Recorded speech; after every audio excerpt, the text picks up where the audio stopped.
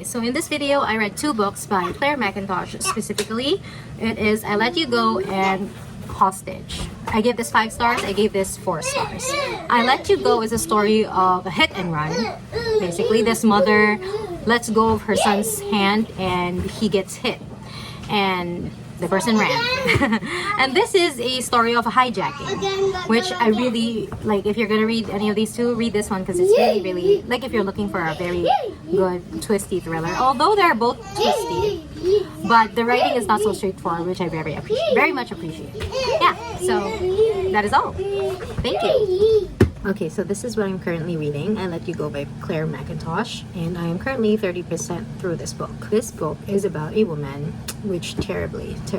So, the first chapter, the prologue, we have her coming home with her son, and then it's like raining and the road is slippery, right? And then she was like holding her son's hand, and then she had to text someone, so she let go momentarily to her son's hand, and maybe you can imagine like he crossed the road like right across from their house, and there was a speeding car that hit him, so he flew across the street. Obviously our main character Jenna, she's like she ran to her son, and then sadly the guy or girl, whoever hit her son, ran. So it was a hit and run basically, and so it's so terrible because it's just so sad, that scene.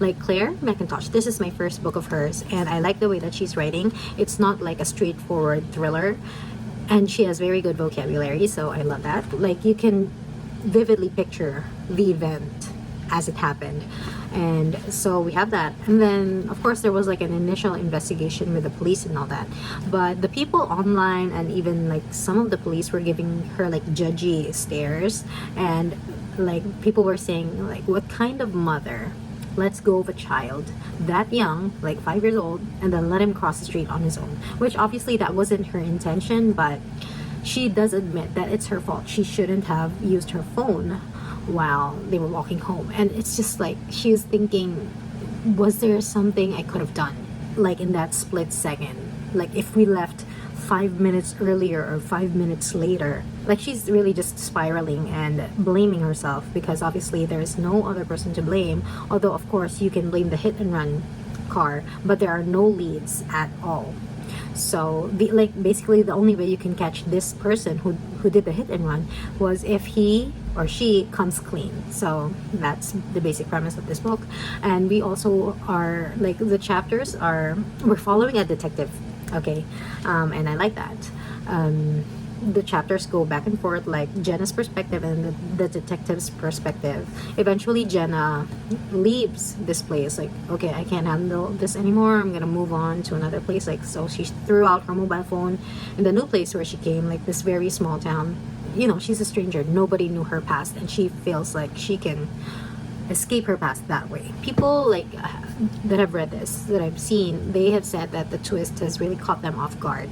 And so now I'm trying not to read too much into the details, because like I'm starting to formulate my own opinions, like speculations, right?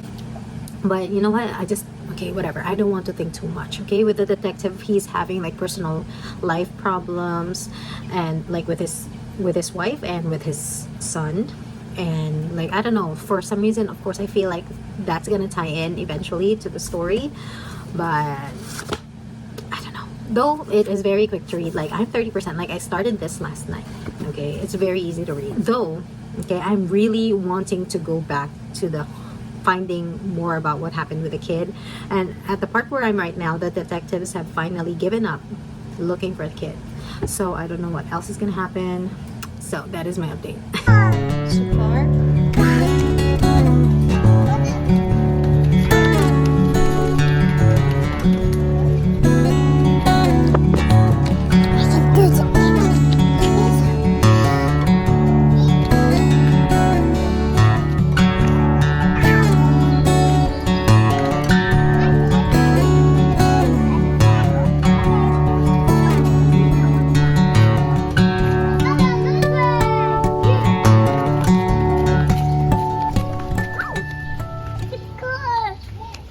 okay, I am 54% through I Let You Go, and I was caught off guard I guess it's true what they said online on BookTube about this.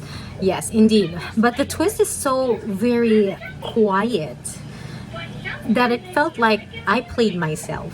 You know, I was like I said, I don't want to speculate too much, but at the same time, I did still speculate. You know, I'm just human.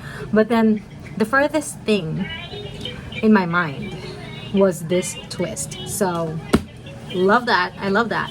So now I really want to get to know more about the characters and why that accident happened and why were the circumstances as such. And just when I was about to get bored, okay, because the main character's line is like getting boring, like her life in the sea, like in the seaside in this town she escaped to, right? And then I'm just interested mostly on the detective's side of the story, although he is having his personal issues as well. They caught who the murderer is, okay? So someone like, I did not know that there was such a thing as an anniversary appeal, wherein like if a case is closed, after a year of that case being closed, the police officers, they can ask for an appeal to reopen the case, and that is what they did with this boy. And eventually, like, the reason why people do anniversary appeals is because sometimes people with guilty conscience, they come clean after a certain period of time, like after that accident, predicament, or maybe something will like jog the memories of the people, and then that gives them the extra push to say something if they have witnessed something. And so there was a witness, and then they found the car, and then they found the owner of the car, obviously. And so there's that. But okay, when they were talking to the suspect, okay, the suspect was like, so yeah, I did it, okay, I did it, arrest me. But then there's something really odd about the way or the story of the suspect. And so the officers, like the chief was like, there's something not clear here, and the deputy agrees. So that's where I am at right now.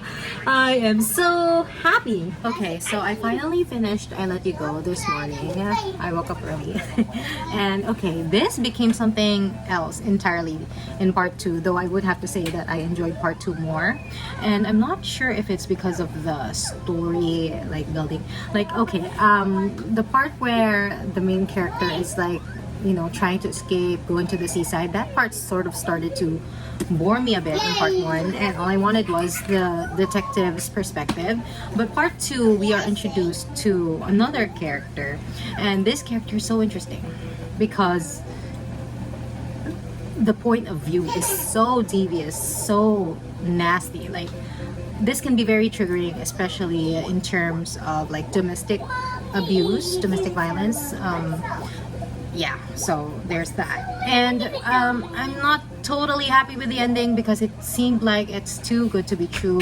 Like, it's twisty, but I feel like if that last twist was not added, like that very, very final twist, if that wasn't added, this would have been a much better book. But I do have to admire Clare Mackintosh's writing. I loved it. I'm giving this 4 stars.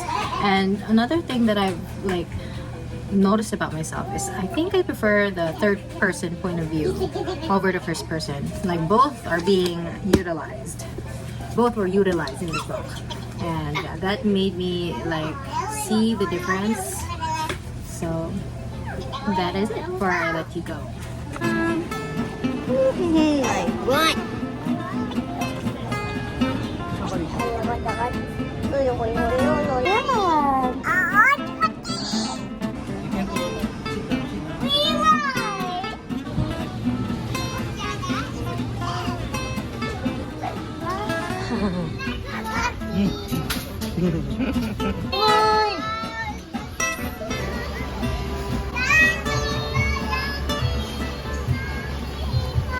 Okay, this is what I'm currently reading, Hostage by Clare Mackintosh, and I am currently around 50% of this book. I just started part 2, and this book, okay, this is about a woman who is a stewardess, okay, and then she was flying this epic flight from London to Sydney, like it's a straight flight for 20 hours, and she's up in the air, and she is missing her daughter, Yeah, but she wanted this because it's like sort of a vacation for her, because she's gonna stay a week in Sydney, I believe. So there's that. But then she receives a note from someone in the plane who's giving her instructions, basically telling her, do what I say or I will kill your daughter. Okay, so that's what's happening on her side of the story. We're also following the perspective of her husband, though they're kind of not like in a good place. So her husband is watching over their daughter, plus like with a babysitter as well, and he is having some issues, like some personal problems as well, that is threatening the safety of their daughter. I mean, I'm loving the aspect of this daughter being not really their biological daughter. She is adopted, and I'm not sure yet if she's aware of that, but I'm learning so much interesting things regarding the attachment, as to, like, for example, why kids that were neglected, it's easier for them to be close, or to be like to sit on the grandmother's lap, or to give hugs and kisses to basically strangers, people they don't know, because they are not afraid to open up their hearts to them, because they know that they're not really like they yeah, essentially they're strangers to her, so it won't hurt if they leave. And so that is why the daughter has built a close connection with the mother, because, you know, mothers obviously are the primary caregivers. But then the father is getting a little bit frustrated because he loves his daughter so much, but then the daughter is like so scared of forming a bond with him. So when the babysitter's around, she would be like saying, I want to make a snowman, and then the dad's like, okay, sure, let's go, and then she's gonna say, no, I want to do it with Becca. So it's like repeatedly being rejected by this child you adopted, and it just hurts for them. Okay, that was just an aside. Like I said, I just enjoyed the attachment thing. Also, what I like about this book currently is you're reading, like, okay, if I was like given the option, say I was a stewardess, someone passes me a note, or I find a note in one of my belongings saying that if you don't do this, I'm gonna kill your children. Like, it's no question, right? It's no question. I would definitely do what that person is telling me to do to ensure the safety of my children, even if I have no definitive proof. And why? Because I can't. I just can't. I know it's probably the wrong thing to do morally, but I can't. I'm sorry to everyone who's gonna be on that plane. Anyway, the mother here reacted like a mother, and she basically did, like, the note said, don't let anyone know, like, keep it a secret, and she is following the instructions so far. So there's that, but also you get to read there are passages, for example, the chapters are in the perspective of the passengers. For example, chapter 8, passenger 2D, and then they tell you, the reader, who they are and why they are flying from London to Sydney. Most of them are like trying to escape a life that they had in London, and obviously it's a life that is not what they want. So yeah, so I like how you have that. So now I'm starting to build a relationship with these passengers. So now I'm like starting to feel a little bit sad, because there's also a newborn in the plane, boarded on the plane. Yeah, so I guess it's trying to play with your emotions a bit. Like, obviously if you don't have children yet, you would probably think, hey, the logical thing to do is to not crash the plane, right? But if you like, if just imagine if it's not your child. Let's say they're threatening to kill your brother or your sister or your partner, like, I think people would react the same, right? I don't know. So anyway, I finished part 1. That way, yan yan. You see that? Did you see the dead frog?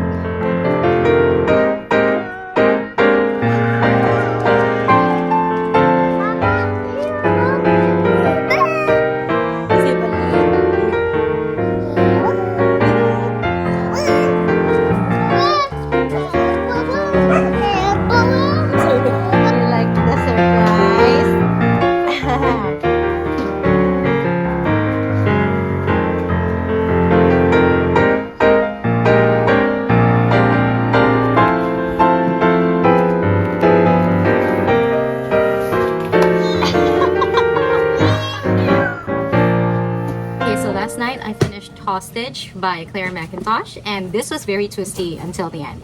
Both from the wife and the husband's perspective, like things are going on, something bad happens, and then there's like a momentary reprieve, but then eventually things are gonna be much worse than the previous situation. So it was very high octane. I love the development of the relationship between the father and the daughter. It's so cute. It's so cute. I love this. I love the girl here, Sophia. She's so cute, so smart, very clever kid. And back to the plane with the wife. Like the people are pissed at our main character because she's like, oh, you're so selfish. What about my son's life or our family's lives? Doesn't that matter to you? Why does your daughter have like a greater importance than the people here in the plane? And I'm like, you are all hypocrites, okay? If that was your child, you would have done the same thing, okay? You would have done the same thing. And if she didn't follow what the hijacker is saying, then do you think that would stop? Do you think that would stop the hijacker from hijacking the plane? Obviously not, because he's just gonna blackmail someone else from the plane, right? Yeah, so anyway, there's that. I'm just so annoyed. Okay, anyway, what else did I like about this book? The ending. Okay, I was almost, okay, I'm like, okay, this is a 5-star book. And then the ending was happening. And then I feel like it's going in a different direction as I was expecting, but I'm not liking it. Like, I'm usually not for sad endings, but for this book I really needed it to be a happy ending because I just feel bad for all of the characters. So when the ending was happening, I'm like, oh no, please Claire, do not do this. I'm going to give you 3 stars if you do this. And then we come to the epilogue. Something happens, and good thing it was a good ending still. So yeah, 5 stars. I really like this one, and I really like Clare Mackintosh's writing. It's not straightforward. Also, her stories are very dynamic. They're not like, I like it when stories are not told in a very like linear fashion. I like it when we jump back and forth. And also it helps that there are different perspectives as well. Though at times it became a little bit overwhelming with the amount of like, you know, the characters that you have to keep up with. Not because they're main characters, but you know, you just have to remember who's who.